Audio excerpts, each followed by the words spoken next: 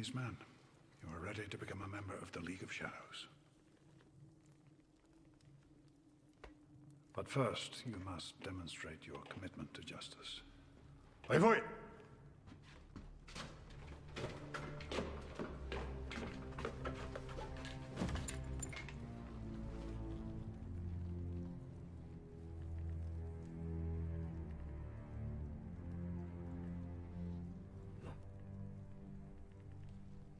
I'm no executioner. Your compassion is a weakness your enemies will not share. That's why it's so important. It separates us from them. You want to fight criminals. This man is a murderer. This man should be tried. By whom? Corrupt bureaucrats? Criminals mock society's laws. You know this better than most. You cannot lead these men unless you are prepared to do what is necessary to defeat evil. Where would I be leading these men? Gotham. As Gotham's favored son, you will be ideally placed to strike at the heart of criminality. How? Gotham's time has come. Like Constantinople or Rome before it. The city has become a breeding ground for suffering and injustice. It is beyond saving and must be allowed to die. This is the most important function of the League of Shadows. It is one we performed for centuries. Gotham must be destroyed.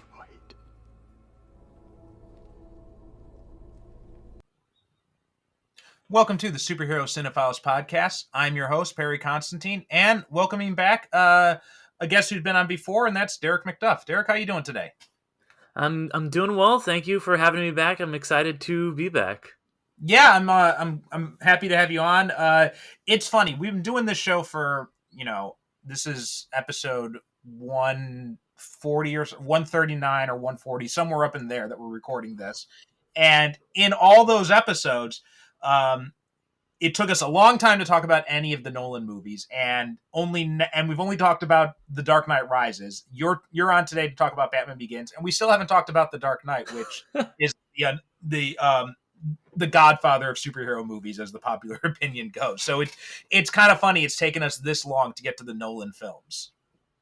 Yeah, that's kind of random, especially since you would not expect The Dark Knight to be the last one that you guys talked about, but I just love Batman Begins so much I couldn't pass up the opportunity.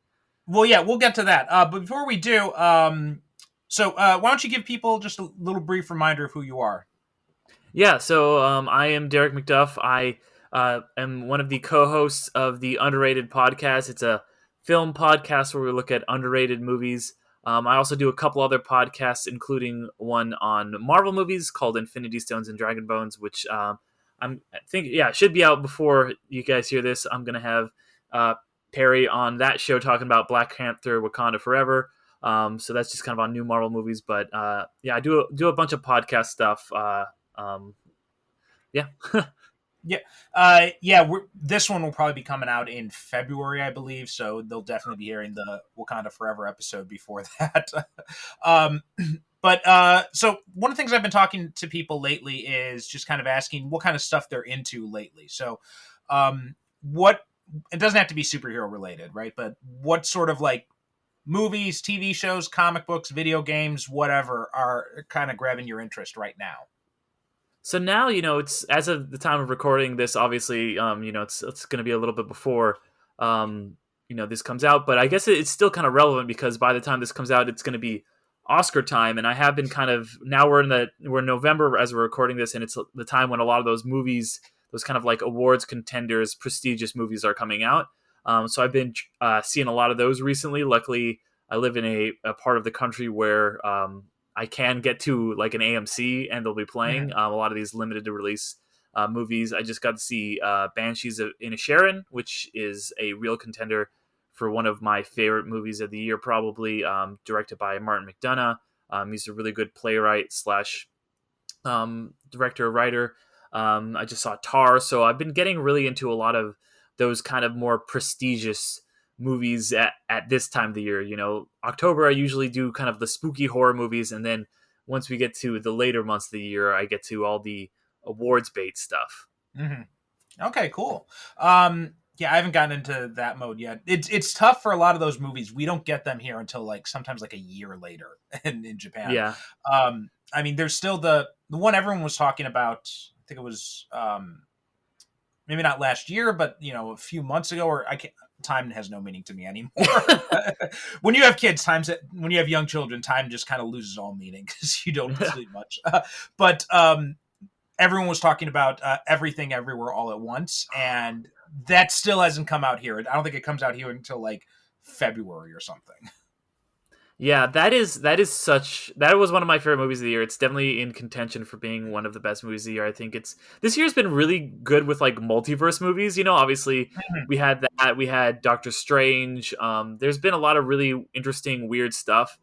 That one is just kind of this A24 darling. It's so interesting that the way release schedules work, especially internationally, where it's like, something like an awards darling will not come out for a year or two, but then those big budget movies, because a lot of the bigger studios like Disney and Warner Brothers want to avoid spoilers. They'll drop them day and day around the world, so no one can be Right. like, "Oh wow, this happened at the end of Black Panther or whatever." So, Which they did with Avengers here, actually. Avengers came out yeah. 3 months late here. Oh And wow. so, like, everyone else in the world had already seen it. I already had the Thanos reveal spoiled for me. And then but after that, pretty much all the Marvel movies, for the most part, at least the big ones, like the big tentpole ones, they came out like same day.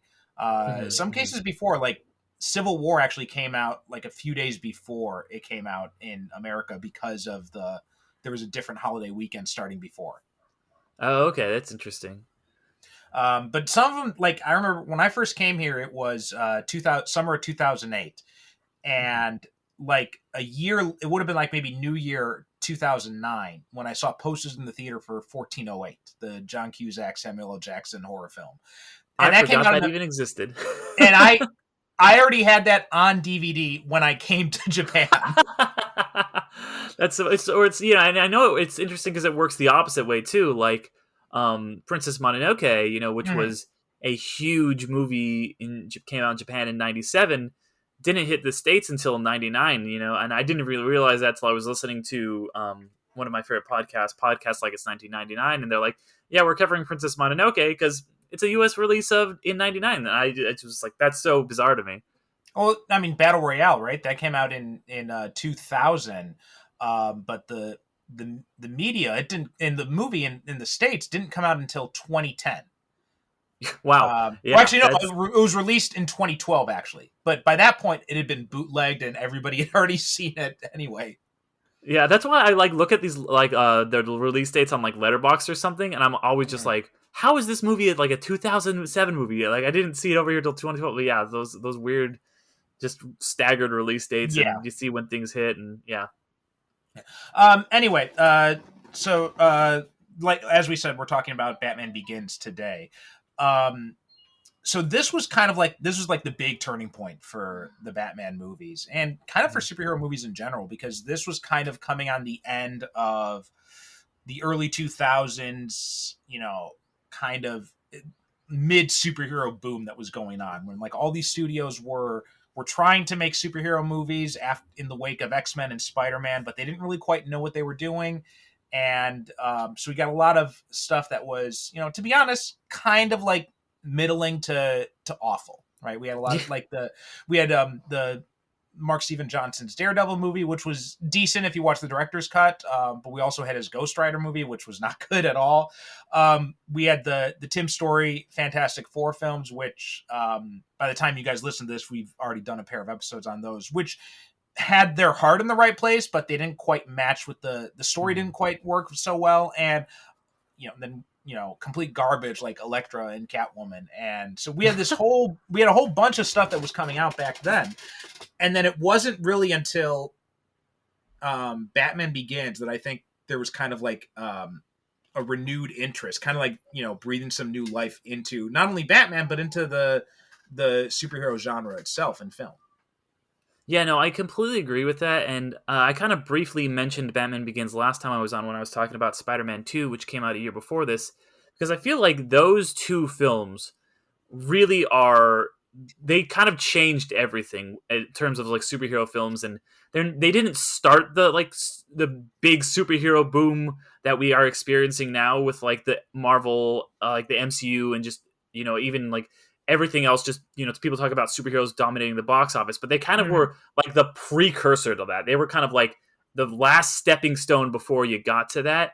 And I think in two very different ways. Like we already really talked about a lot how Spider-Man 2 set up a lot of the things that you would see in Marvel movies and kind of how it solidified what a certain type of superhero movie was. And I think this did that for another kind of superhero movie. You see the two routes that the superhero movies would kind of go, the kind of more fun Marvel, quote unquote, bouncier route. And then you have the more self-serious, darker, quote unquote, like movie that's supposed to be like, this is a superhero movie, but what if it was set in, the real world? And like, what if you got an auteur film director to come and step in? Because that was something they had always wanted to do, like ever since, 97 and Batman and Robin, which was, I know there's some defenders of that movie, but it was a huge, like people hated that movie, critically did bad. I think it did not do very well financially, killed the franchise for a long time. And then when they were going to reboot it, they're like, let's go a more serious route. First, they wanted to bring in, so I think they always had an idea of doing a Batman Year One type movie.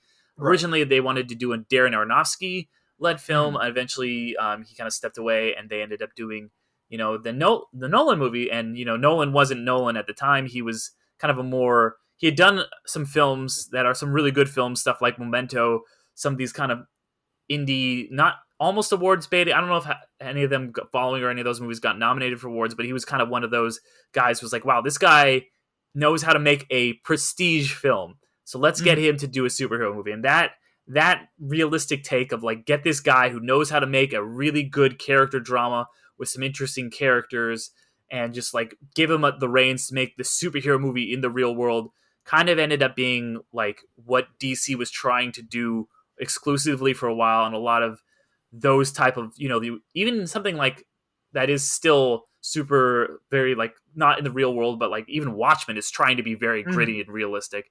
And I think that this movie really, this and Spider-Man just set out the two routes that superhero movies are still kind of taking to this day. Oh yeah, I think especially when you look at the Batman movies in general. I mean, the stuff that came after this, right? You had Snyder who was doing this. I think it's kind of you'd say it's almost kind of like a weird mix between Nolan and Burton because he's got all the fantasy aspects in there too, but it's also got the really gritty style thing. So it's this kind of weird mix of the two. Whereas you look at like Matt Reeves and the Batman, I mean, that is, straight up like Nolan, which is, as much as I love the Batman, and I've said this so many times, and I'm probably going to keep saying it, but that's one of my biggest criticisms of that movie is that it's going back to that idea of what if Batman was in the real world? I'm like, well, we saw that. We got 3 movies with that. We can do the more fantastic Batman now for a change. So that was very much what Nolan did here. And you're right. He wasn't I think people in retrospect, people probably forget how little he was known of at the time. Like his biggest movie back then was probably I'm blanking out, the movie he did with Al Pacino and Robin Williams. It was like this. That's not this like murder. I always mix up the names. There's Following, and then there's. I'm spacing on it too. Following. It was like Insomnia. Insomnia. That was it. Yes, thank you. Yeah. So it was this. And it was a decent movie. It had some issues, but mostly it was pretty good. Had a really great Robin Williams performance. And Al Pacino was kind of all over the place, but you watch that movie and you could see definitely the kind of DNA that you would see in like his Batman films. Like it's that very same type of idea. And I remember when he was announced, because I had seen Memento, I had seen Insomnia. I'm like, oh, that guy, he'd probably make a really good Batman movie. And he did. And but I think what really kind of sold me when they announced this was when they said that they got Christian Bale. Like, and Christian Bale at the time, he wasn't a very big name actor, but I knew him from American Psycho and loved him in American Psycho. And I remember me and a buddy of mine back then, we would always do like we were both movie buffs, we were both comic book fans. We'd always do our fan castings of who we'd want to see play these characters. And two of the ones we talked about, and like two of our favorite picks, Christian Bale as Batman and Tom Jane as the Punisher, and both of those ended up happening. That's perfect. Yeah, that's great. No, yeah, and I think it even goes kind of further than that of like this movie being like something that would set the tone for superhero movies because it made it okay to reboot things. It made it okay for it to be like, okay, we had this series of Batman movies, and in the past you would be like, all right, we got rid of Burton, we're done with the Burton series. We're going to technically continue this series, but not really mention anything that happened before. We're just going to recast it, get a new director, do all this stuff. And that kind of became almost the norm for a while. It's like, all right, well, now we need to bring in somebody new, we start something new, and we can actually have a fresh slate. But I think that it not just affected superhero movies, but that was a huge impact on just movies in general. Because while the Batman movies were doing that, recasting, but never really commenting on it, everything else was kind of doing this. Like, look at the James Bond movies. They spent 40 years recasting and just being like, here's the younger guy. How is Pierce Brosnan, like the same guy as Sean Connery, is the same guy as Roger Moore? We're never going to really mention it. And then the year after this comes out, I mean, they were probably in production at the same time, but I still feel like it affected it somewhat, is Casino Royale comes out, and it's like, here's a hard reboot of the James Bond franchise. And we've gotten so many just like hard reboots. We're starting this franchise over again. And you can trace it all back to this. And I think this movie does not get talked about enough of how important it was in changing not just superhero movies, but just the entire way that we look at these big franchises. Even something like Planet of the Apes, the new Planet of the Apes, or newish now, I guess, the Planet of the Apes trilogy with Andy Serkis. It's so good. It's so incredible. And it only exists because, it's instead of doing that, like, just, we're just going to kind of like reboot the movie like they did with the Tim Burton Planet of the Apes. It's like, all right, we're going back to basics. Here's the origin story of Caesar. Here's the origin story of Batman. Here's the origin story of James Bond, and all that stuff. You can kind of really look at Batman Begins as giving us that.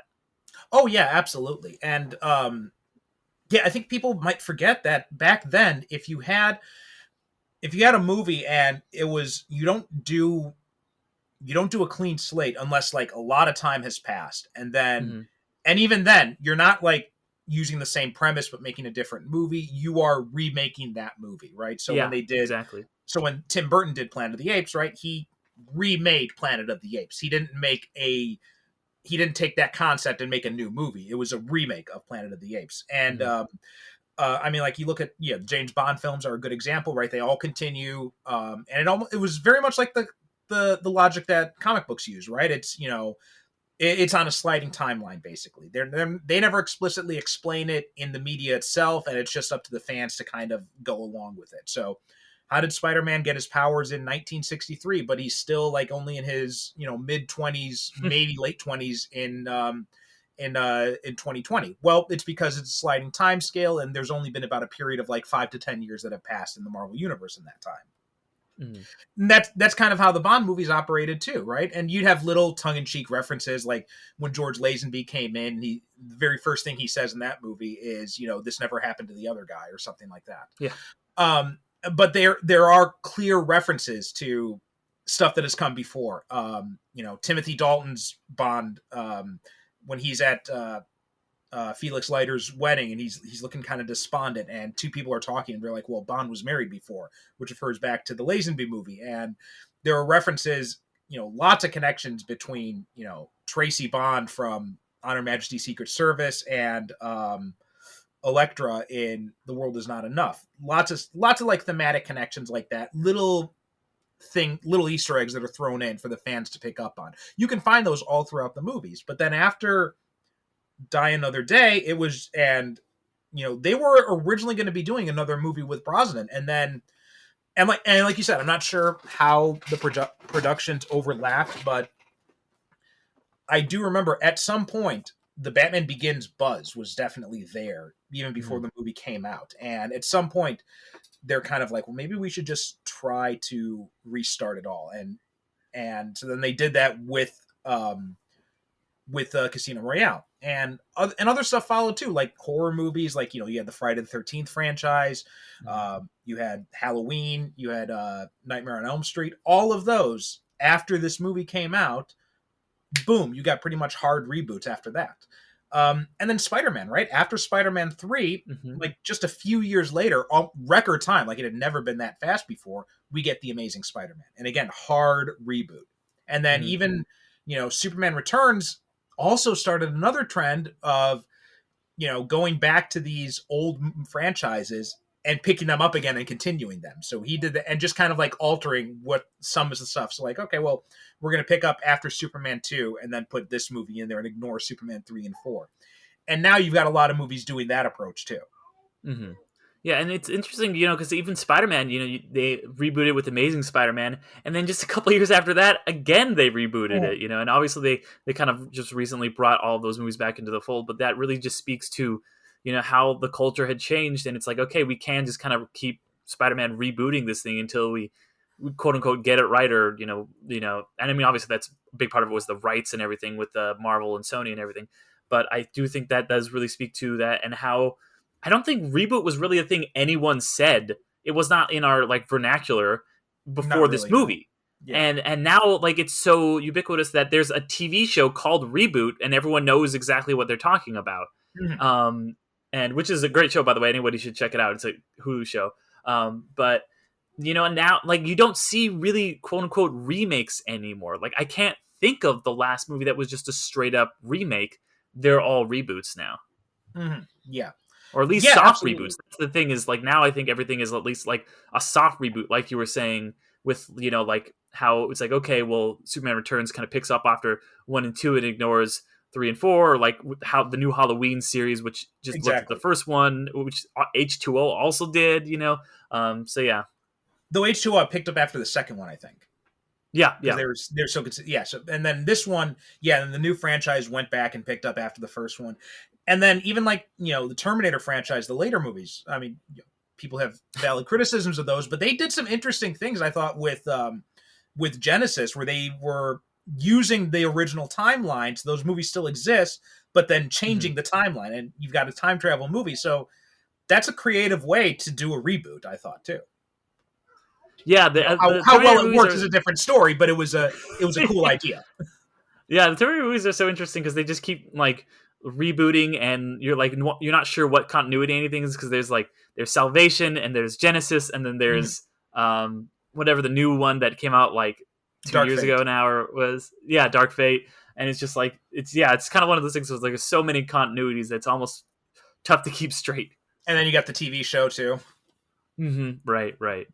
So yeah, and but I think it shows something that I think comic book publishers have understood for a while, and now movie studios are starting to catch up on, which is that these audiences are smarter than you give them credit, right? They can follow these different timelines. They can follow these different interpretations. It's because I remember that being and to give the studios some small bit of credit, they weren't completely wrong. I remember when this movie came out, Batman Begins, there were people talking on message boards wait, how is this come before Batman?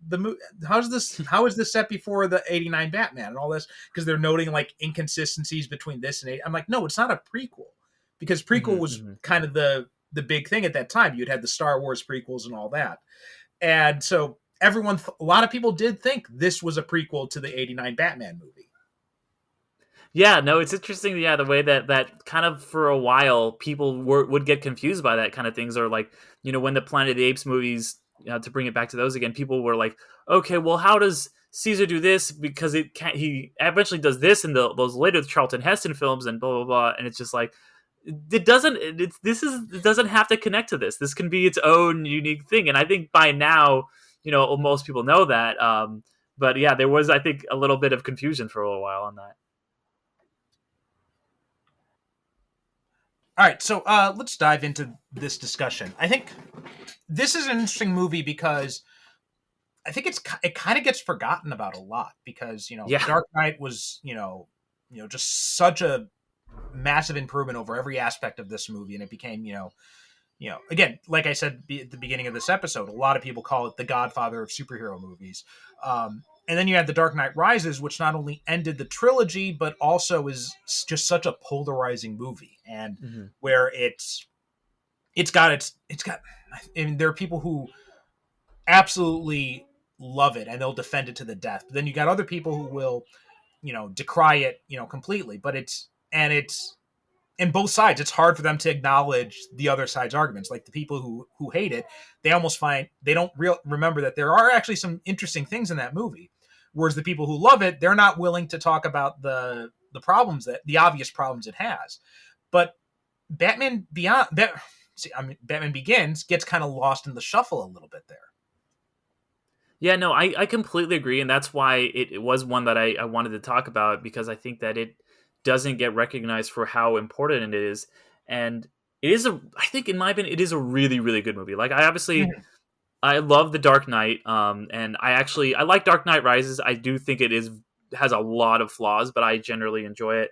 But I think that this one is probably, I would say, for me, the best Batman film, personally, and I just love it as a movie. But I think that it's a better, whether or not you think that The Dark Knight is a better movie or not, I think that this is a better superhero movie, because The Dark Knight is a really, like, it's interesting to use the word the Godfather of superhero movies, because it does feel like a crime movie. It feels like especially like a Michael Mann, like 1980s, like Heat or something, Right.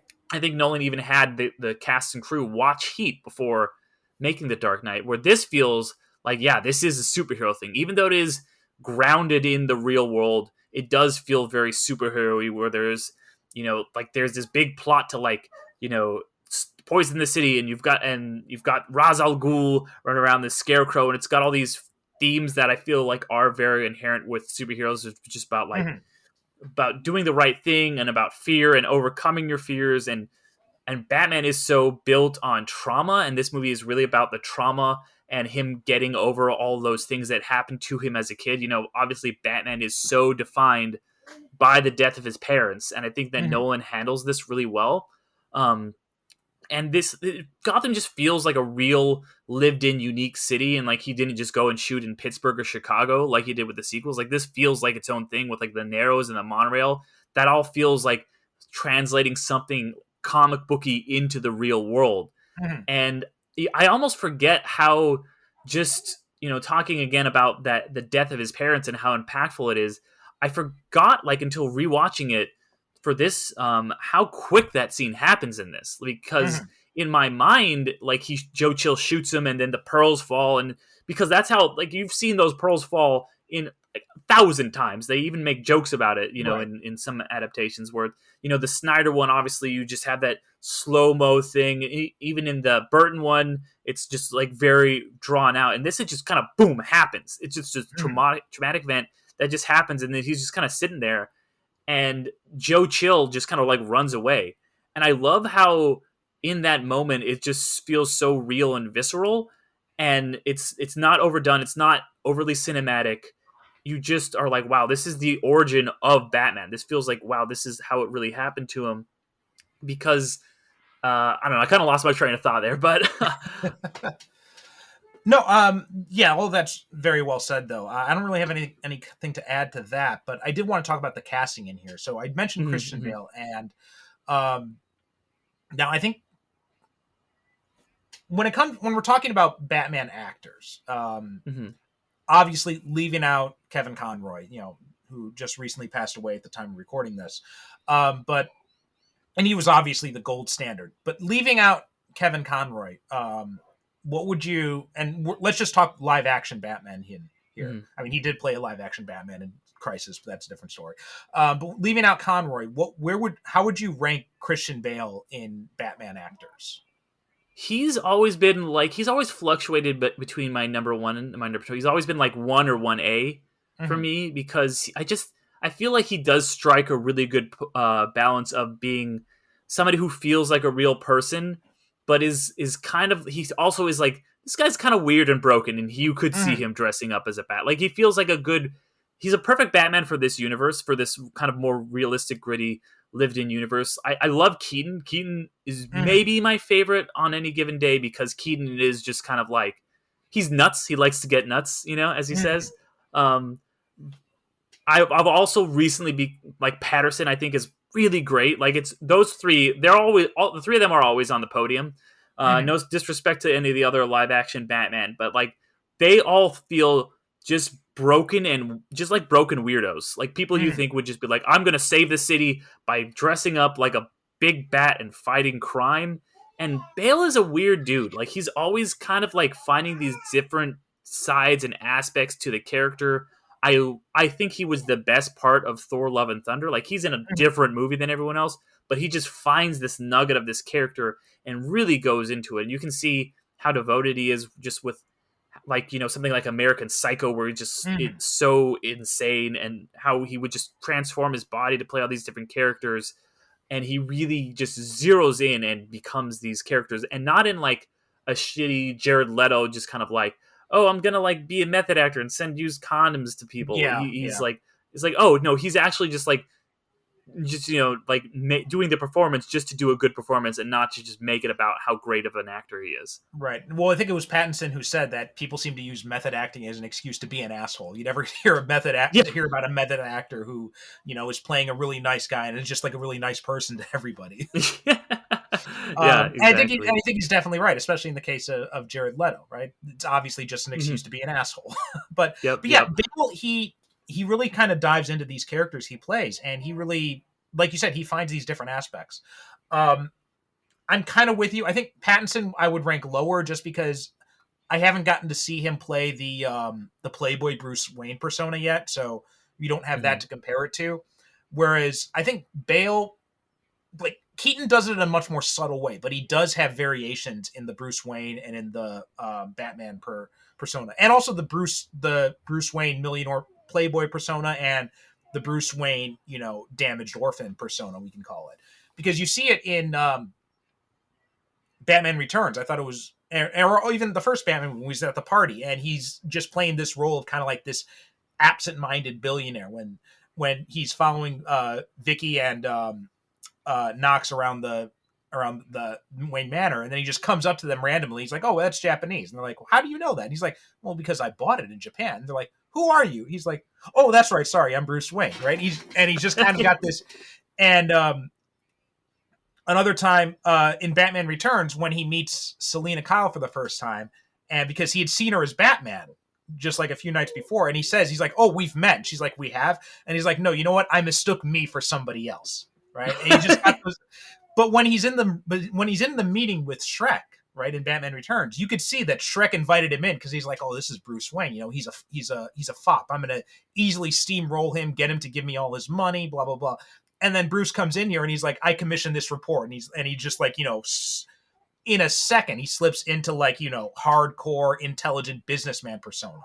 And when he's in the Batcave, right, he's like very much in detective mode and all that. He does, it's very subtle, but it is there the more times you see it. And I think he also had a really good handle on the Batman voice, using a different voice for it. Bale handles the differentiations between his Bruce Wayne, public image, his Bruce Wayne, real Bruce Wayne, and his Batman. There are much more clearer delineations. It's much more over the top when he plays like the Playboy Bruce Wayne versus when he's playing like the serious, intelligent Bruce Wayne. And you can see those differences. And I think the movie, I think Michael Keaton got a little bit shortchanged because Tim Burton was more interested in the villains too. So he didn't get as much time to really play up those aspects. But, Nolan, and one of the credits to Nolan is he gives a lot of time in these movies to Bruce Wayne and Batman. Whereas the movies before it, the villains overshadowed Batman in every single one of them. Yeah, I completely agree. And I think that's one of the reasons I do love this movie so much as a Batman movie, is because it really, other than maybe, the Matt Reeves one that just came out, this is, I think, the only Batman movie I'd say where Batman is the most interesting character. Like, obviously, you said in all of the Burton and then the Schumacher movies, you cast these really big personalities to be the villains, like everybody from Nicholson to Schwarzenegger. You have just these huge people. And then even in the later Nolan movies, obviously you have Heath Ledger, as the Joker in The Dark Knight, and then The Dark Knight Rises, you have Bane, everyone doing the Bane kind of just like, oh yes, brother, like that was such a big thing. And then even in like Batman 66, that's movies that's kind of really about Batman's rogues gallery, because you have so many villains in that. You have to give a lot of time to each of them. So this one really just feels like the one that is diving most into the psychology of Bruce Wayne / Batman. And something that I thought I was thinking of when you were kind of talking about, Keaton and kind of how he would have to switch back and forth between the kind of like affable, kind of goofy Bruce and then just kind of the serious Batman. There's a really great moment in this that I think shows off how well Christian Bale is doing that. And it's right after he gets out of that restaurant or that hotel that he just bought with the two like supermodels or whatever, and they're all wet, and he just kind of sees Rachel, and he just like, you see the facade just kind of crack because she knows him better than anyone probably except for maybe Alfred.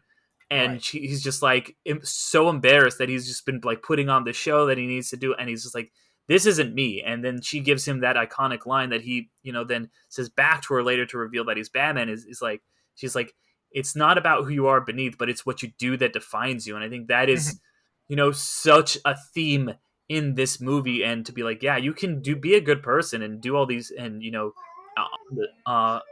all these good things beneath, but like your actions are what really speak. Like you have to like make the good person that you are a reality. And I think that the way that you see him just kind of like process all that and be like, trying to be like, who am I really? Am I the Batman? And identity is always such a big thing in all of the Batman movies, but especially this one where, it is just like about seeing other people and the fear that they have, and like people have these different perceptions. Like the Scarecrow is just some guy with a weird potato mask, but then when people see him, he's breathing fire and stuff. Or even when he sees Batman, he's got the spooky face. Perception is so important to the themes of this movie. Yeah, absolutely. And also I think Bale, and this is, it's not something that Keaton can control, but Bale looks like Bruce Wayne. Like he looks like I'd imagine Bruce Wayne to look like. And I mean, Bob Kane, who gets all the credit for creating Batman, although I think Bill Finger definitely deserves more of that credit, but he said that Val Kilmer was like looked like his perfect idea of Batman and Bruce Wayne. And I could see that, but when I look at Bale, I mean, I think he definitely does. Like he looks like a millionaire playboy. I mean, Michael Keaton, as good as he was, doesn't look like a millionaire playboy. Yeah, and it's interesting because I saw like there was, I don't know if it was like like the Batman 89 comic, or if it was like, I think it might have even been like some behind the scenes promos for like Keaton coming back in the Flash movie, and they kind of like definitely touched up. It's because like he's got Keaton kind of now has the receding hairline and everything, and he's got that the widow's peak got even more extreme, and they kind of like gave him like the hair that you would expect like Batman to have, like because he doesn't have that like comic book chiseled Batman look. He just kind of looks like this kind of goofy weirdo almost, that's kind of having a good time. And Bale has that classically just Batman. It looks like he's pulled from the comics look. Well, also, and they really made sure to highlight the Batman's physicality in this too, because again, something that the Burton and Schumacher movies did was Batman's not really very acrobatic or much of a fighter. At least we don't really see it that much. And a big part of that is because, Tim Burton can't shoot an action scene to save his life, but also it has to do with the fact that they're walking around in these big rubber suits. They can't even turn their heads in. And Nolan, and they're still stuck with the rubber suits in this, which, I wish they wouldn't have kept with the rubber suits. I can understand why they're trying to keep that idea of like it's armor and they want to make, but I would have preferred they had gotten away from the rubber and gone with something a little bit more flexible. But Nolan finds a really good way to do that, where he showcases Batman's physicality through like these really close-ups, these quick cuts. So you see him beating the crap. You see more of the aftermath of him beating the crap out of these guys. So you don't really have run into the problem of not being able to see him in action. Yeah, and I think that was something that I was thinking about a lot during this rewatch, is because I thought like, okay, this is a great movie, but maybe the action's not great in it. But rewatching it, I'm like, oh, it does really work with what they're doing. Like when you first see him, like Batman first kind of shows up as Batman, and he's like taking out all those thugs of Falcone at the docks, and it's just kind of these quick cuts, and it's kind of, it builds up this kind of this mystique of like him being this larger than life figure. Like you don't get to see him really like punching people. It's just like, what is going on over here? You can't even get a good glimpse of it. It's just because it's so quick, and then by the time you get there, just all these guys are knocked out, and then he just ties Falcone to the thing. And that's why, like, later on, you have Crane's henchmen, and they're just like, I hear he can fly. I hear that he's supernatural. I hear all these rumors. And it's almost like that episode of the Batman animated series where there's all the kids and they're telling all the stories about Batman. And yeah, just the way that these action scenes are shot, and you just see glimpses. You're like, he could be anything. He could be a man, or he could be a creature. Like, you don't know. Yeah, they really do a good job with that. I mean, that opening scene at the docks, that is such a, and that was something that the other earlier films, or basically any adaptation of Batman except for the animated series, really didn't put a lot of focus on, was the fact that, he does, one of the reasons why he can, you know how to fight off 6 men, but we can teach you how to engage 600, that, Ducard tells him, is because he does strike from the shadows. Like, that whole sequence, it felt like an Arkham game when you're in the Predator mode, right? When you're going through, and which is one of the best things about those games, when you're going through as Batman and grabbing, armed enemies from behind or from above, or you're taking them out with traps and all this. And that's something we had never seen in a Batman movie before this. Yeah, no, absolutely. And then, so I was wondering, so we were talking a lot about how great Christian Bale is, but I think that the entire cast in this movie, a lot of the supporting characters are really phenomenal, because obviously you have, the legendary Michael Caine playing Alfred. You've got Gary Oldman as Commissioner Gordon. You've got Morgan Freeman. You've got even like Rutger Hauer, just kind of like a side villain role. And then you've got Liam Neeson as Ducard / Ra's al Ghul. And I think all of these performances are so great. None of them are like scene stealing or show stealing in a way that like a Jack Nicholson or like a Jim Carrey would have been as a villain in the older movies, but they all are really giving these great performances. Katie Holmes is okay. I think I do prefer Maggie Gyllenhaal a bit. But other than that, absolutely, yeah. Yeah, the cast really worked for me in this. Yeah. You know what? When I think of my ideal actor for Alfred, like who I think best captures Alfred from the comics, it's probably a toss-up between Jeremy Irons and Michael Gough. I think both of them really kind of capture that. I mean, Michael Caine is definitely a close second, though. But I think those other two guys, they definitely kind of capture a little bit more. One of the things I like about Michael Caine, though, is one of the things that really sells Michael Caine is the relationship he has with Bruce. Like, you believe these two have this long and deep relationship for years. Like, that exchange. I mean, Michael Caine's got some of the funniest lines in this movie. I hope you weren't a member of the Fire Brigade. Yeah, but that, and like, when he says, when he talks about how they're trying to get him declared legally dead, and he's like, well, it's a good thing I left everything to you. And he's like, yeah, he's like, you can borrow the rolls if you like, just bring it back with a full tank of gas. But like, just little moments that, absolutely. It really kind of, but it also does a good, bit of backstory, because it explains how Bruce can be gone all this time and how he can still have all his stuff when he comes back. I mean, that's something I had never considered before, but it makes total sense now when you look at it.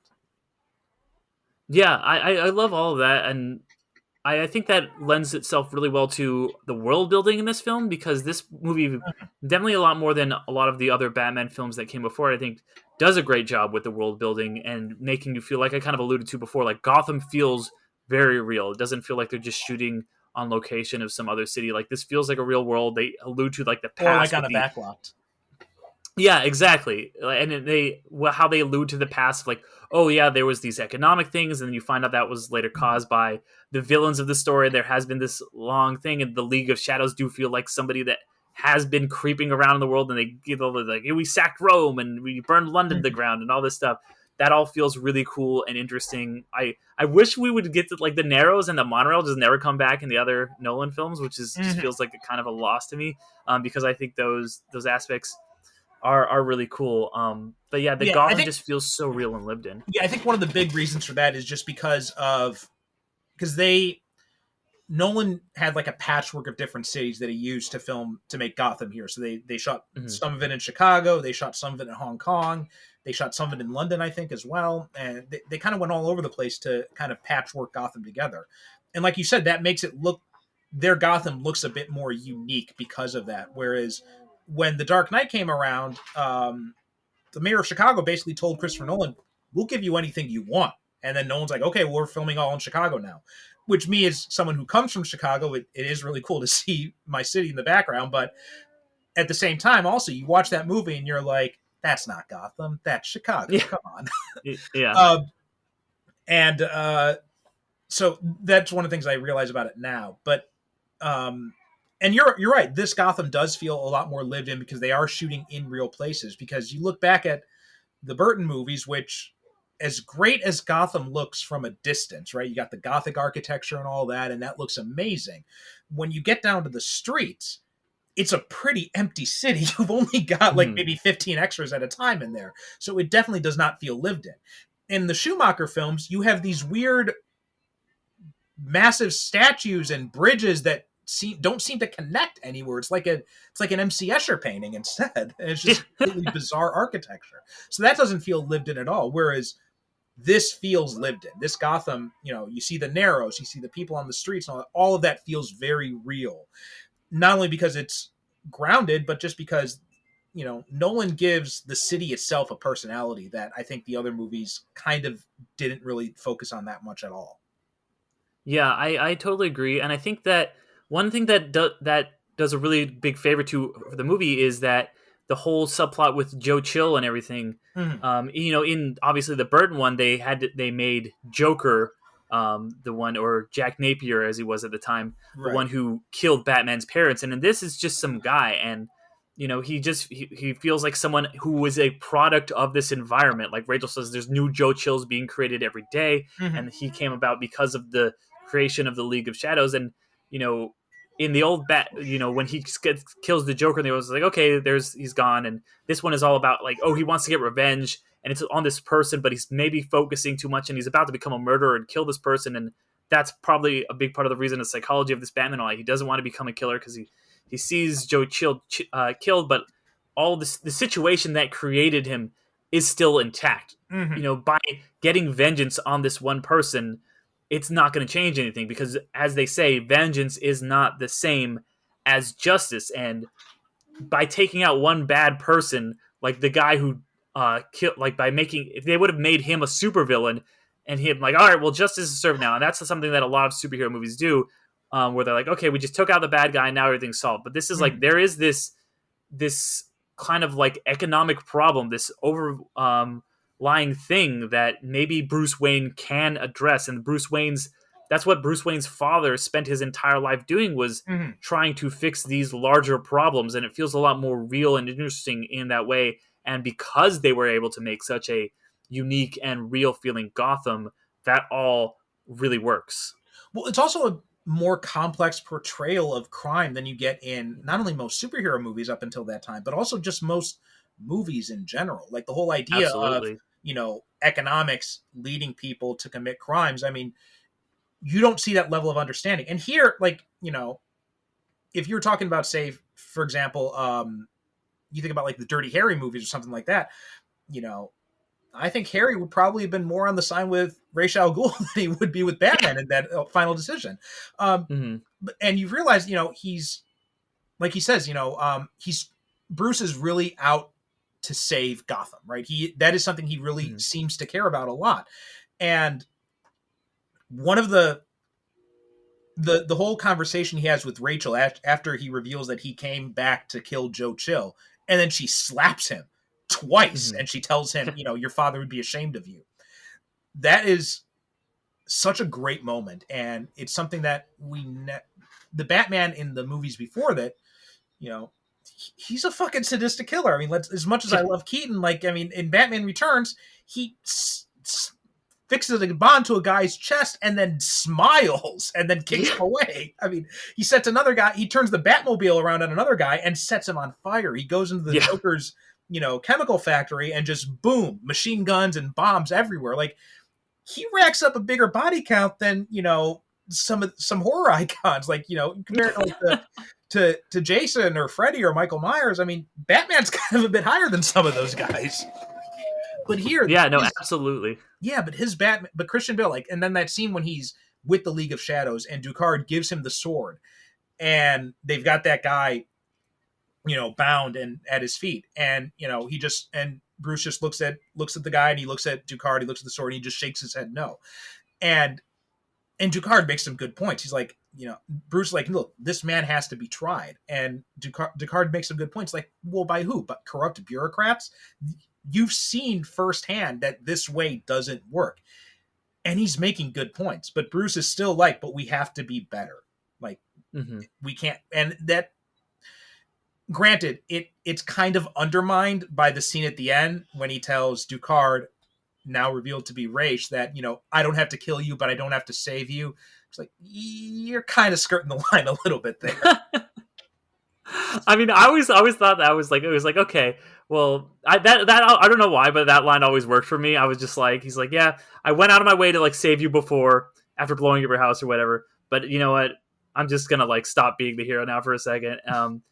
Like it's you know, some philosophers would probably disagree and be like, you know what, Batman, that's the same thing, but you know, whatever. But yeah, I do think that all of that really works, and I think that the great villains, in my opinion, are the ones that are kind of right, that are just maybe taking things a little too far, and that's something that, especially with a lot of recent superhero movies, a lot of Marvel movies, you know, obviously you have Thanos, but all these characters that you're like, yeah, you do have a point, you are doing things that are right, but you know, it's the ends for them, it's the ends justify the means, and it's these people like Batman, like all these other superheroes who are like, no, the ends don't justify the means. Killing, you know, thousands so that people in the future will have a better future is not justified. But yeah, like that's why I think Liam Neeson is so good in this, because he's not just some cackling maniacal monster who just wants to kill everybody because he's evil. He wants to do it because he's like, yeah, I am saving the world. I'm doing the right thing. I am justified in my actions here. Yeah, I think also I like what the movie did with the League of Shadows for the most part. In this movie, I think I really love what they did with the League of Shadows. When we get to Dark Knight Rises, they kind of undercut a bit of that, but in this movie, they find a really good way. First off, I love that they called it the League of Shadows instead of the League of Assassins from the comics. I thought that was a great change. But also, when Ducard comes to Bruce's party at the end, and right, and this one, you know, socialite tells Bruce like, "Oh, I've been talking to the most fascinating guy. You should meet him, Mister." And I hate that they mispronounce his name. It's Ra's al Ghul now, but and he says, and she says, and he looks, and it's, you think it's going to be Ken Watanabe, but it's someone else, and he's like, "Wait, you're not Ra's al Ghul. I killed him, or I watched him die." And then Ducard comes out and he says, "But is Ra's al Ghul immortal? Are his methods supernatural?" And then Bruce says, "Or just parlor tricks to conceal your true identity." So my thought at this was they found a really interesting way to have Ra's al Ghul be immortal without actually going into that fantasy Lazarus Pit realm, where it's the whole idea is that Ra's al Ghul is a mantle that can just pass down from leader to leader.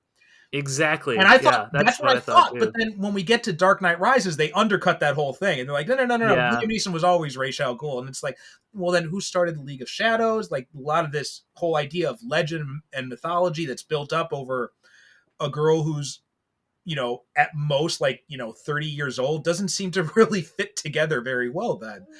But it makes so much more sense if it's a mantle that's passed down from leader to leader. And I thought that worked really well. And I really liked how they had done that in this movie.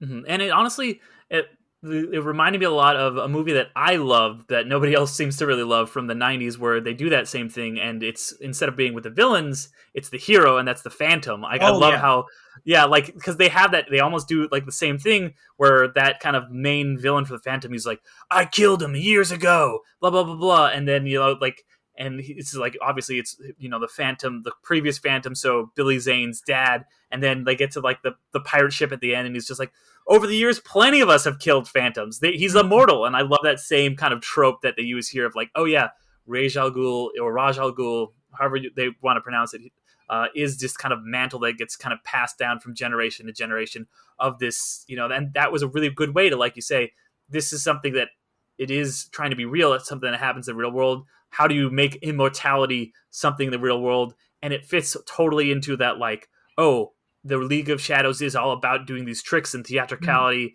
and performances. So it really worked with the kind of their tactics that they had already established in the movie. Yeah. Now, when we get into some of the more superhero stuff, I think actually that's where I kind of have more of a problem with this movie, because you can tell that Nolan is not really a fan of superheroes. And I think that kind of comes through when he gets to the more superhero stuff, which is why I think for him as a director, it made more sense for him to pull back and do something that's much more crime focused with The Dark Knight.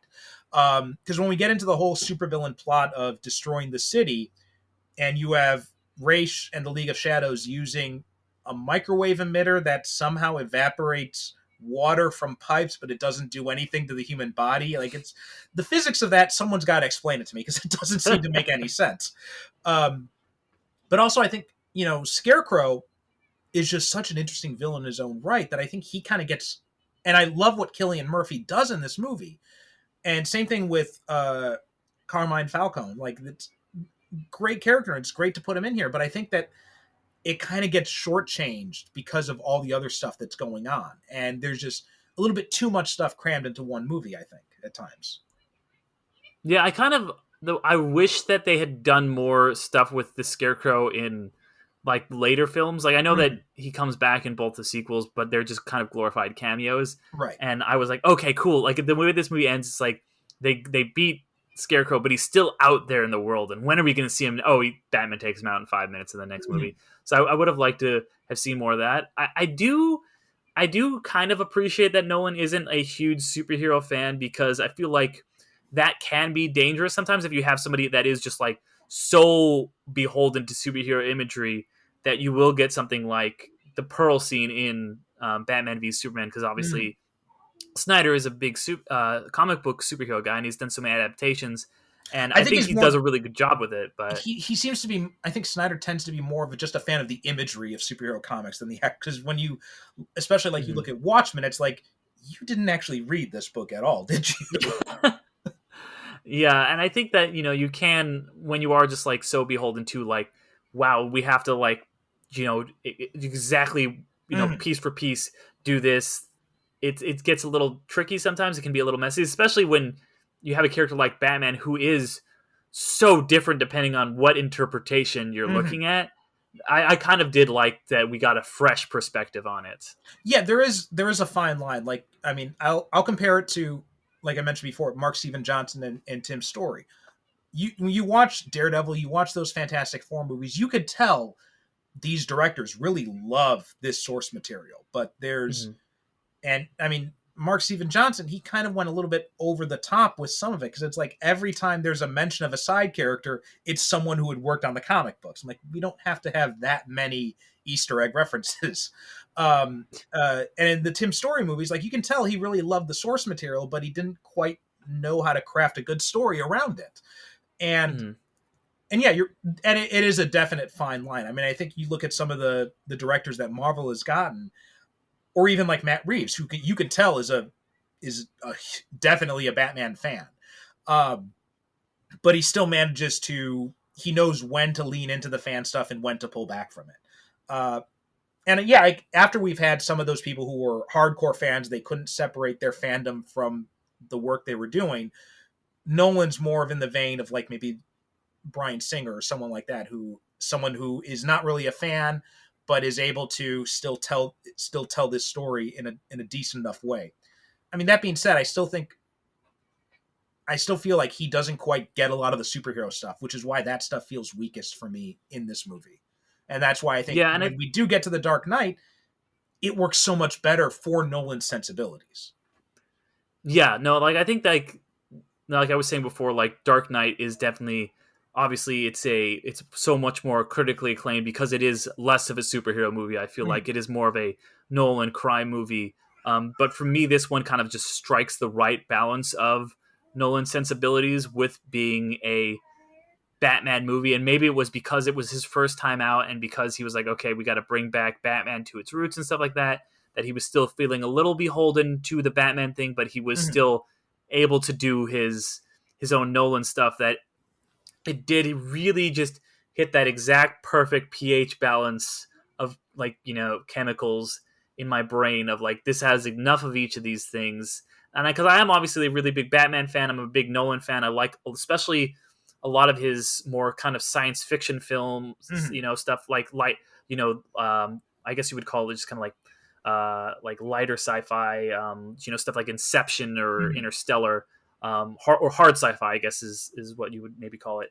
But I do like a lot of that stuff, more than his kind of like grittier, quote unquote, realistic things. So yeah, this worked. Yeah, I think the Scarecrow thing is just. I feel like it was just so much of a holdover from previous iterations of this script because you had, Yeah, originally when there was going to be a fifth movie in the Burton Schumacher franchise, it was going to be Batman Triumphant. Scarecrow was going to be the villain in that. When that didn't happen, they started doing like the Aronofsky Year One project, or was it Dark Knight, or whatever it was. One of those, Aronofsky was involved with one of those, and they'd gotten someone else involved at some point. And I think the Scarecrow had been persistent through most of those development projects, if I'm not mistaken. And so then they kind of got wrapped into. Then I think he just kind of got inherited into this one. And again, I think Cillian Murphy does such a great job, but I feel like the character just feels like he's so deserves like his own movie as opposed to just being a pawn of the League of Shadows. Because I mean, I could easily see a situation where you've got Crane who is agreeing with the mob to take in these, to convince the court that these people are insane to get them off out of jail time, but he's doing it because this gets him a chance to play around with his experiments. I think something like that would have, if it was highlighted, would have made it been a lot more interesting, and you could have done a whole yeah. movie just on that aspect of it. And honestly, I think that if this movie would have come out today, that we would be getting an HBO Max spin-off of Mm-hmm. Scarecrow, like, we're getting with the Penguin, and how they're doing this kind of whole wider Batman cinematic universe, with all the WB properties. Because yeah, I feel like it's the kind of almost the same thing that you're talking about with the Penguin in the most recent one, Yeah. and now he's getting a bigger thing just for his own. And I'm just curious to see what would have happened if that had been the kind of landscape when this movie came out. If we would have gotten some more Jonathan Crane Mm-hmm. Scarecrow focused things, that would be cool. Oh yeah, I mean, I think if I was rewriting this movie, I think I would have taken the League of Shadows out of the whole. After that Mm. first act, I would have had them gone and not bring them back until like the second movie or maybe even the third movie, and and just focus and just have the rest of the movie focused on the Scarecrow. I think that would have been. I think that would have been a lot more interesting for that character. Yeah, yeah. I mean, I was kind of really hoping, like I said, that he would be a much more prominent Mm-hmm. character in the sequels, especially. Oh That yeah, was the one thing that kind of I was let down a little bit by. yeah, because Murphy gets so many scenes where you see that potential for how well he could play this character. Like when he's Mhm. just kind of like fascinated at the way like some of the patients are reacting to it. Like you could the way the looks he gives in this, it really makes you think like, wow, this guy is really like thinking about how can I fuck with these people even more to see what happens. Like he's got that Yeah. look about him, and I think it would have been so interesting to see that explored more. Um, Mhm. but I And also real fast, I just want to sorry, go say ahead. with that, I'm so glad that I know it's obviously a different character, but that he is finally getting a chance to be the lead in a Nolan movie after being the like a supporting cast in almost Mhm. every one of Nolan's movies going back to Batman Begins. He's been in the cast of all of them, and then finally he's going to play Oppenheimer in, Nolan's Oppenheimer biopic. So I'm really Oh, okay. excited to see him finally get a chance to take that, center stage. Yeah, yeah. Um, Also, I think probably one of the best things this movie did too was its portrayal of Gordon, because Hmm. the Burton Schumacher films, Gordon was just there. He did Yeah, nothing. You had no reason to believe that he had any real relationship with Batman. But here, Gordon is basically treated as his partner. And hmm, Gary Oldman does such a brilliant job of capturing Gordon's character, and you know the the struggles he's dealing with being like the only good cop in a city full of corrupt cops, and that whole idea of Bruce tracking him down and following him and figuring out which cops he can trust, which ones he can't, and then deciding to trust Gordon this much. I loved all of that in this movie. Yeah, and that was something that I feel like was there's so many interesting thematic things that are set up in this movie that are just kind of abandoned in later films. But the one that does come back at the end of the trilogy that I think is so powerful is when, Batman's going off to seemingly sacrifice himself, and he looks at Gordon and he's just like, yeah, something good. You can just like make such an impact by doing something just as simple as giving a coat to a young boy who's just lost his parents. Mm-hmm. And that moment, like that's like the start of like, when Batman thinks he's lost everything, there's just this small act of kindness that Gordon gives to him just like helps him realize that there is good in the world and he can trust people and he can trust specifically this guy. Mm-hmm.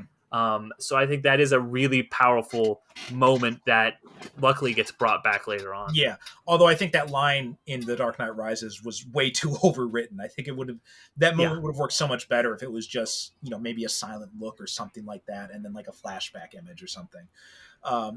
Especially because I don't like that. One of the things I don't like about that moment, and I talked about this when we talked about Dark Knight Rises, was that my interpretation of Gordon in the comics and also throughout these movies is that he knows who Batman is, but he's not saying it. Like that moment when he tells Blake in Dark Knight Rises, "Oh, I know exactly who he was. He was the Batman." I'm just like, okay, you're just not saying it, right? You really know though. But then at the end when he looks kind of surprised, like Bruce Wayne, I'm like, no, you're killing it now, no. But that's my personal headcanon though, so that's just my own thing. Yeah. But what was I going to touch on next here? Rachel. Rachel is, I think, okay, so if we're talking about all the love interests we've had in Batman movies, Rachel's not a bad one. Right? I'm not going to say she's a bad love interest. I'm not going to say she adds nothing to the story. But when I think about what they did with Harvey Dent, and I think about, we had just covered, just like 2 days ago, I had recorded an episode about the Long Halloween movie. And I think about the Dent Batman relationship in the Long Halloween comic book and all that. And one of the things I wish had done was, instead of making this childhood friend be like his long lost love interest, that kind of, and this theme that carries out through all the movies, so much so that after she dies, he retires as being Batman. I think that it takes away so much of that character, where he's hanging so much of his future as Batman on this prospect of a happy ending with Rachel. I don't like that about that interpretation of Batman in these movies. I think it would have been so much more interesting if, instead of it being Rachel that is his childhood friend that then becomes a district attorney, it was Harvey Dent.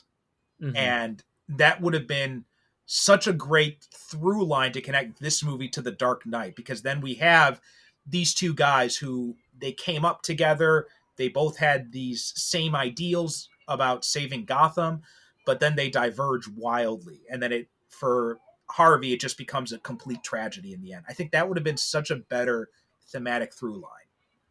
Yeah, I agree. And I think that especially in this movie, Rachel, I think when, Maggie Gyllenhaal is playing her and she becomes a more central character in the sequel, I think she's a little better. But in this one, she basically just exists to be the voice of morality and to just say the things, like I said, like Rachel says this, Rachel says this. She just kind of says all the things that the screenwriters are like trying to impose. Just, here's another moral for you, Batman. Here's another moral. And so she's not really her own interesting character. I mean, yeah, like she's just kind of I think she's a very 2005 woman in a superhero movie where it's just like they don't really know what to do. They just have to have a love interest who's going to say these things that are correct to the hero and motivate him and whatever. And at least she doesn't like it. I guess he does save her for a second, but she is, still doing her own thing. She does have a lot of agency. I will give him credit, especially when you compare it to, like we talked about Spider-Man 2 and those movies. Like Mary Jane is just always put into the role of like the screaming damsel in the end. Mm-hmm. But at least I feel like, and part of it's probably because of Kirsten Dunst, but like she doesn't feel like she has much of a personality. Mm-hmm. She just feels very just kind of like blank slate. Like, hey, I'm here to just say what you need me to say. You shouldn't kill people. Your dad would be ashamed. Mm-hmm. Blah blah blah. And Nolan gets accused a lot of not really being able to write women, which I feel like maybe he's just not great at writing people in general, but it really kind of comes through here that Rachel's just not a very well written character in this particular film, I think. Well, I think Nolan's big thing, I think, when it comes to like story and narrative and characterization is, and I've noticed this in some of his other movies, because I think in some of his later movies, like after Inception, I think he started buying into his own hype a little bit too much. And I think he kind of, because there are so many Nolan fanboys now who think he can do no wrong. And I think it feels like Nolan's bought into that a little bit himself. And yeah. I think that kind of like ego definitely comes out when you look at some of this, like you mentioned, the character stuff with Rachel in here, but also the story structure, like The Dark Knight Rises. I look at there are plot holes so big you can drive a truck through in that movie, and it's just like he's so concerned with these thematic elements and these themes and these other larger messages that he's trying to convey, that I think he kind of loses sight of those story and character details in the process. Yeah, no, he's not a character guy. He is a very, like you said, bigger picture kind of like, what are the larger themes? And especially if you watch something like Tenet, there's like the people in that movie, there's like one emotional moment in that entire movie, and the rest is just kind of like, oh, I'm the protagonist, I'm gonna do this. Like the character is literally just, I don't literally refer to him as the protagonist. Yeah. So he's very cold and just kind of, yeah. If you had a gun to my head, I could not give you a summary of Tenet. I just could not do it. Like, it's just I watched that movie and I'm just like, I don't really know what happened here, and I don't really care too much to think about it. Yeah, pretty much. It's I think definitely, like you said, after Inception, he got, and I think that's something that happened. It's interesting. There's this really great book by William Goldman where he kind of talks about how people get kind of anointed as these auteurs, and they can do no wrong, and then he talks about it specifically with Hitchcock, about like how like Hitchcock made all these incredible movies, and then Psycho comes out and people are like, wow, Hitchcock can do no wrong. And then after, then he slowly kind of went downhill because he was just like, yeah, I'm Alfred Hitchcock, I'm amazing, I can just do whatever I want to. And he was never really the same after that. And I think you could argue the same case for Nolan after all of his phenomenal success after The Dark Knight and Inception. I do really, really like Interstellar as well. I think that's another great movie, but I think you do kind of get and I do like all of his films, but I think that him being like, I'm Nolan, I've got to do the Nolan thing, have these big, incredible set pieces that are moving around and doing all these things, that some of the stuff like character motivation and dialogue that makes a lot of sense gets lost in the shuffle. Well, I think it also works with actors too. Like Johnny Depp is, I think, the best example of that, where he was such a versatile actor back in the day, and he was able to do all these different parts. But then after he gets so much acclaim for Jack Sparrow, he just kind of just does the quirky thing every single time he's in a movie after that. Yeah, or like to keep with superheroes, Ryan Reynolds, incredible actor, like very versatile, doing all these weird, interesting things in the first half of his career. He becomes Deadpool, and now he's just Deadpool. Like somebody said, I can't remember who it was, but they were like, becoming Deadpool was both the worst and the best thing to happen to Ryan Reynolds, because he is able to get work so consistently and make so much money now, but that's all he does. You're not going to see him do another like Smokin' Aces or anything like that. He's just kind of the quirky, like, oh yeah, I'm going to make a quick little quip here. Like, so yeah, you're absolutely right about that. Yeah, but I think in the case of, I don't mind so much with Ryan Reynolds. Same reason I don't mind so much when George Clooney does that thing where he just basically plays himself, or when Dwayne Johnson does it too, because in those three cases, like, they're so entertaining that I don't care. Yeah, I mean, he's good at what he does. I mean, I feel like Dwayne Johnson and George Clooney, they're both good actors, especially Clooney. But I feel like Clooney has never been that versatile, so I'm not like missing like, oh man, I remember when George Clooney would try and do this and this and this. But yeah, Reynolds' early cut of his career was just, I feel like, so interesting. And it's something we don't get anymore. I think I put Clooney up there above Reynolds, because I think if you look at some of the stuff he's done, like Syriana or Three Kings, I think he had showed a lot more, or even like, to a lesser extent, even From Dusk Till Dawn, I think he showed a little bit more range in those types of movies. But then after a certain point, you just kind of like, I'm just going to be George Clooney. Yeah, he's kind of just, I mean, I might disagree a little bit. I feel like he's always kind of been Danny Ocean, but I do see what you're saying, where he was maybe trying to do some different roles Mhm. early on. Okay. Let's see. So, what do you think about the Tumbler, the redesigned Batmobile in this? Let's talk about kind of like the aesthetics of like of Batman that they go with in this movie. And let's like the Batmobile is probably the most obvious one. Yeah, I remember at the time really liking the Tumblr, and I think it's definitely still holds up because obviously like we talked about, they are trying to go that more realistic route, and it's like, how do we do that? Oh well, Wayne Enterprises is now a weapons manufacturer, Mhm. and they have all this R&D department that is just kind of collecting mothballs, and so we have this Tumblr thing, and I think it looks just so unlike anything we've really seen in a Batmobile before or even Mhm. since, where it is just kind of this jagged, dark thing, and it is just kind of it is just be able to just plow through the city and just fly over rooftops. That I thought it was a cool, interesting design that felt it did feel like it can be in the real world, but it is still something not like anything we would see on the street. Yeah, it kind of reminds me of the mammoth Batmobile he had in The Dark Knight Returns, the comic Mhm. book. And it's got that feel where it's like this big tank thing. I mean, I think it's fine for these movies. I would not want this to be like the default Batmobile going forward. I like something that's a little longer and sleeker, more like the Burton Mhm. Batmobile or like what they did in the animated series. But I think for these movies and what they're doing, it works really well. Yeah, yeah, and I think all of the Bat Tech stuff works specifically for these movies. Like, I wouldn't want Mhm. to see, like you were saying, this stuff in a different adaptation of Batman, like the current, like the ones they were doing with like the Snyder, like that Batman. It would obviously not work, but here they're like, okay, this is Kevlar, this is, and there's like it's stuff where it's like, oh, this isn't real, but like you could kind of like it's close enough to the reality. You could be like, yeah, he'll stick a shockwave through a thing and he'll be able to glide on it. That's a good way to like bring Batman gliding into the real world. One of the ones that I thought, I don't know if it really worked, was the Bat sonar. It's one of those things in movies like he uses it once and it just never gets Mhm. used again. That one I thought was a little bit goofy, but for the most part, I liked a lot of it. I can forgive the sonar thing because of the fact that it was taken directly from the year one comic book. So I give, but Mm. otherwise, you make a good point about it. Like they use it once, they never see it again. Um, I think I like the gliding at first, but I think they kind of overuse it a little bit, and I think it's telling why in later movies then they stop using it at all, basically. Yeah, yeah, I think Uh, yeah. Oh, go ahead. no, sorry, go ahead.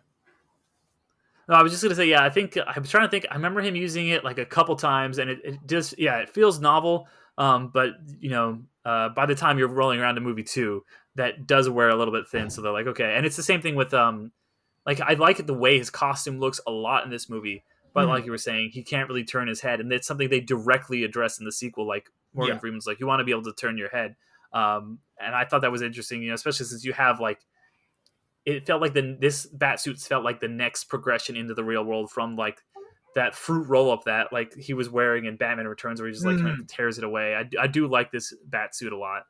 Yeah, my one criticism of this bat suit is I wish it wasn't all black. I wish they had like put in some gray in like the bodysuit Mhm. thing to just kind of make that bat symbol pop a little bit more. I think that would have been nice. Mhm. I am glad they went back with the gold belt because they had gotten away from that in the later Schumacher films. And you just had like the belt and like everything was just like this black blue shade type of thing. So I like that they tried to at least bring back the gold belt. And I think it would have been nice if they had some gray in there to kind of separate the bodysuit from the gloves and from the boots. But also the way that they make the gloves functional with the scallops on the end. They gave them a reason for that, and it comes from his experience Mhm. with the League of Shadows. I really like that idea too. Yeah, I love that. I thought that was a really cool thing without it feeling like too much like here's how Han Solo got his gun. It felt like a Mm-hmm. very natural thing. It's like, oh yeah, like he's always had these things. We've never really thought about why they're there, and then you show him fighting with it. And I really thought all the way they introduced his backstory, because I mean, obviously we've gotten into comic books and stuff before, but we've had a lot of superhero origins over the years, but we up until now we hadn't really delved into how Batman becomes Batman, and seeing Mm-hmm. him get all this tech and seeing him kind of learn to become Batman and learn the tricks of like, oh, why is he theatrical. Like, why is he using all these shadows and these little gadgets and Right. these little ninja techniques? And to see that, it's like, oh, he learned from like this actual ninjas who are his enemies now, and the League of Shadows. That it all plays into it really well. I think, yeah, that was a really well done. And we haven't really talked about him a lot, but Morgan Freeman. I think bringing in Lucius Fox was a surprise when they had announced that casting for me, because I wasn't expecting A, for them to have Lucius Fox in this, and B, for him to be such a crucial part of these movies. But I thought it, and in retrospect though, it was such a great move, because it makes total sense for how Batman's able to do all this stuff. He would need to have some help, someone on the inside of Wayne Enterprises, to help him do all this stuff. So I thought that was such a great addition to the mythos that's really been picked up a lot since then, because they've brought it up in the comic books, they brought it up in other adaptations, and I'm not 100% certain, so nobody quote me on this, but I'm pretty sure this movie was the first one to give Fox that much of an elevated role. Yeah, I don't think he was in any of the movies beforehand. Or if No, he wasn't in the it movies before at all. Like, I know that. Okay. Yeah, but it really works because like we're saying, when you are doing this more realistic movie, you do have to be like, okay, how does it make sense that this guy exists in the real world? Whereas you can, in like a Burton movie, you can be like, okay, well, he's got all this stuff, and because those movies are a little bit less grounded in reality, you don't have to think about really how he got all of his tech and how he got everything. But in this one, you do need a character like a Lucius Fox. You do need to be like I was saying, oh, there is this underground R&D department that nobody really talks about or whatever that exists in Wayne Manor. So that character was really essential for giving us the take that Nolan wanted to have on Batman. Yeah, absolutely. All right, and then I want to just briefly touch on the ending here, because I mean, this was such a great way to end this movie, was with that theme of escalation and then leading that into the next movie where they bring in the Joker. And like, I still get chills when I think about that ending, when he comes in and he says, there's this other guy, robbery, double homicide, has a taste for the theatrical, and he hands him the Joker card. I thought that was such a brilliant ending for this movie. Yeah, and I really like it too, because this movie, you get villains that we'd never seen before in on the big screen. You get Joker and Ra's al Ghul, and then they're like, okay, we know what you guys wanted. We know you wanted to see these kind of other legacy characters. We gave you something new here. This is Batman's origin story, and now he's going to meet the Joker. There's going to be something else. So hold off for that, guys. We haven't forgotten about the supervillain that you all love so much. We were doing something different here, but don't worry, there's going to be more coming. Yeah, and I also love that they established very clearly that, in this movie they established that, Bruce Wayne is the mask, Batman is the real person. Like again, this is kind of an example of Katie Holmes only being there to say things to the main character or to say things to the audience. So that at the end, when he says, Batman's just a mask, and she says no, and she touches his face, like, this is the mask. Your true face is now the one the criminals see. I'm like, in retrospect, at the time, I was so excited when they had said that, because I'm like, yes, finally, they get it. Now, in retrospect, I'm watching this, and I'm like, you're kind of doing that telling instead of showing there. But I'm glad the effort was made and that the idea was acknowledged.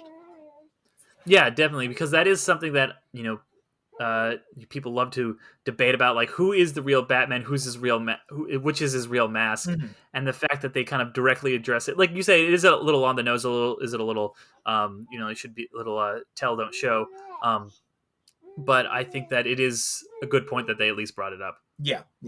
And the voice, like, that was, if I'm gonna knock Christian Bale for any aspect of his performance, anything that knocks him down to like being either on par or maybe below Keaton, it's the voice. Like that, I don't think they were really thinking in advance, because I don't think they realized how much they were going to need Bale to speak as Batman in the sequels. I don't even think they even really knew if there were going to be any sequels.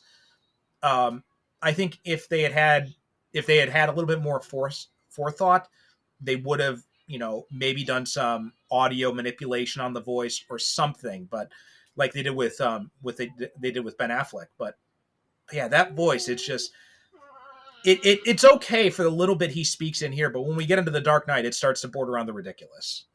Yeah, that's what I was gonna say. Is that it works in this movie? I feel like because he uses it very sparingly just Mhm. to intimidate criminals. Yeah. Whereas, and I think like retroactively, people don't like it in this movie because of what comes later. But this movie, it works perfectly fine. But because he's only using it just to scare, but then he uses it like whenever he's Batman, like in the later, even when he's like Selena Kyle leaves and he's like, "That's what that feels like." I'm like, Mhm. "Why are you still doing that? It's just you. Why are you, like you're not performing for anyone?" I had made that So comment too, and we talked about that like what yeah, you're completely alone. Why are you still using the voice?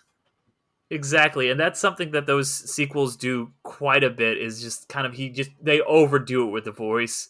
Here, though, I think it's just the right amount. It is just he's doing it like swear to me, and he Mm. drops that guy, and that is such a like it's often parodied and memed now, but like at the time you're like, wow, that's the first time you actually see Batman. He's not just like wearing that kind of like ski mask. He's not just Mm. off in the shadows. Like he's like really getting a close up of this guy talking to this person. It is so intimidating. They do a good job of showcasing that intimidation factor too, but Mhm. still like skirting the line of how far he'll go. Like I think that's one of the things this movie does very well and like you said, this is as a Batman movie. I think an argument can be made for the Batman now, but up until the Batman, this was probably the best pure distillation of the character we had in live action. Yeah, no, I obviously completely agree. I think this does a really good job of just diving into the broken psyche of Bruce Wayne. Absolutely. Okay, well, Derek, I think that about brings us to the end here. Any final thoughts on Batman Begins? I guess yeah, just I've kind of said pretty much it all, but I think that this is a movie that it wouldn't necessarily be underrated, but it is something that maybe people need to go back and kind of reevaluate it Mhm. as its own movie that kind of had such an impact. Oh, absolutely. Yeah, I think it's again, like I said at the beginning of this episode, it's kind of like the forgotten Nolan movie because Hmm. it gets overshadowed by how amazing The Dark Knight was and how polarizing Dark Knight Rises was, and also we've just had so much. It's ridiculous when we think about it because this movie came out less than 20 years ago, right? 2005, right? Yeah, oh And five, in yeah, that time, we've now had four Batmen. Well, five if you count Kevin Conroy in Crisis, right? Because we yeah, had Bale, we had Affleck, then we had um, Affleck, or no, sorry, we had Bale, Affleck, and then Pattinson, and then Conroy on Crisis, and then also we had I keep forgetting his name. The guy Scott was it Scott Glenn, the guy who plays it on Titans. oh yeah, yeah, yeah. Ian Glenn. He's Ian Glenn. from Game of Thrones, right? Yeah. Ian Glenn. So yeah, Yeah, Ian Glenn yeah, plays him on Titans. So we've had, and right. then so we had five different Batmen, and soon six when we get Keaton back for in the Flash. Yeah, So it's ridiculous. Like in the span of about 20, within the span of 20 years, we're going to had six different live action Batmen, and you compare that to the previous 20 years from 1989 to 1996, there were just the three, and that was it. yeah, yeah, and or even if you go from the 1960s up until 89, up Mm, until before Keaton, there was one dude, you know. yeah. So yeah, and just like it is amazing when you think about how much Batman content there really has been in the past 20 years. It's just so it's very easy to see how this movie can get lost in the shuffle. Yeah, totally. And even within the Nolan filmography, the Mm, wider Nolan filmography, because I feel like after this, Dark Knight becomes such a huge hit, and that's when he kind of becomes this prestige director. mhm. And then people like to look at his early films, like Memento and that stuff, and like, oh, this is his early stuff. This is like sliver mid period here.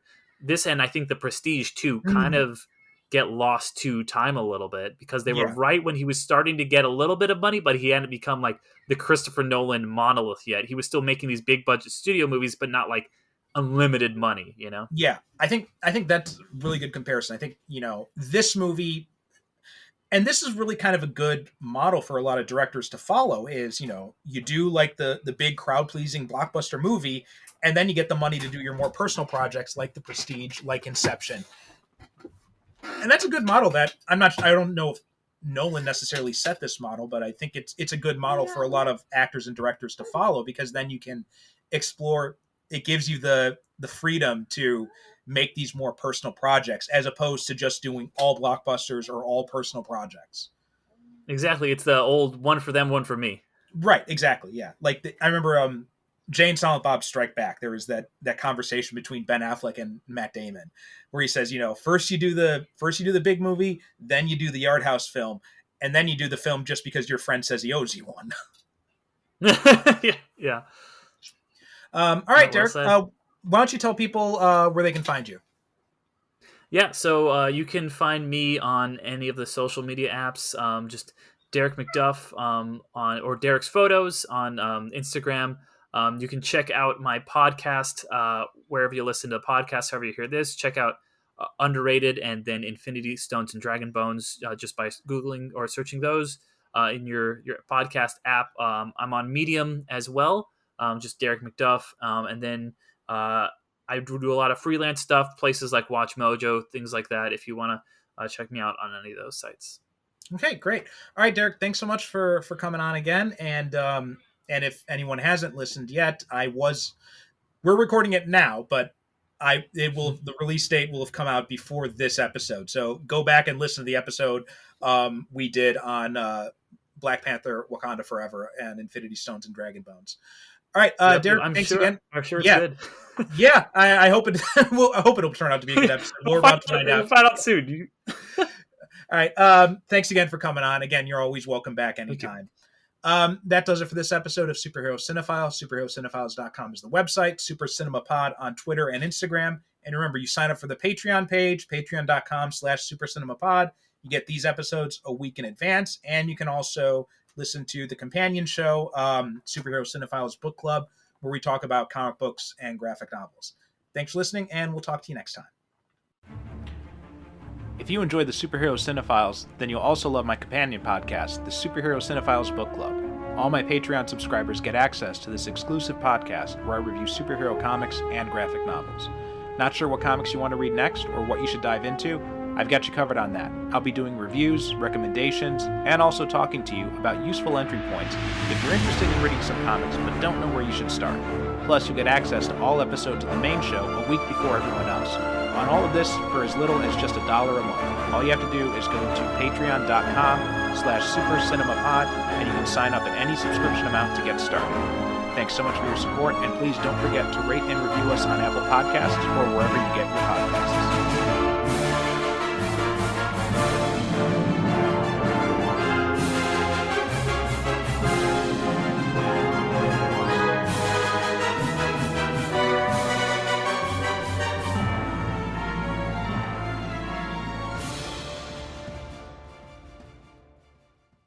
Thank you for listening. And as always, good night, good evening.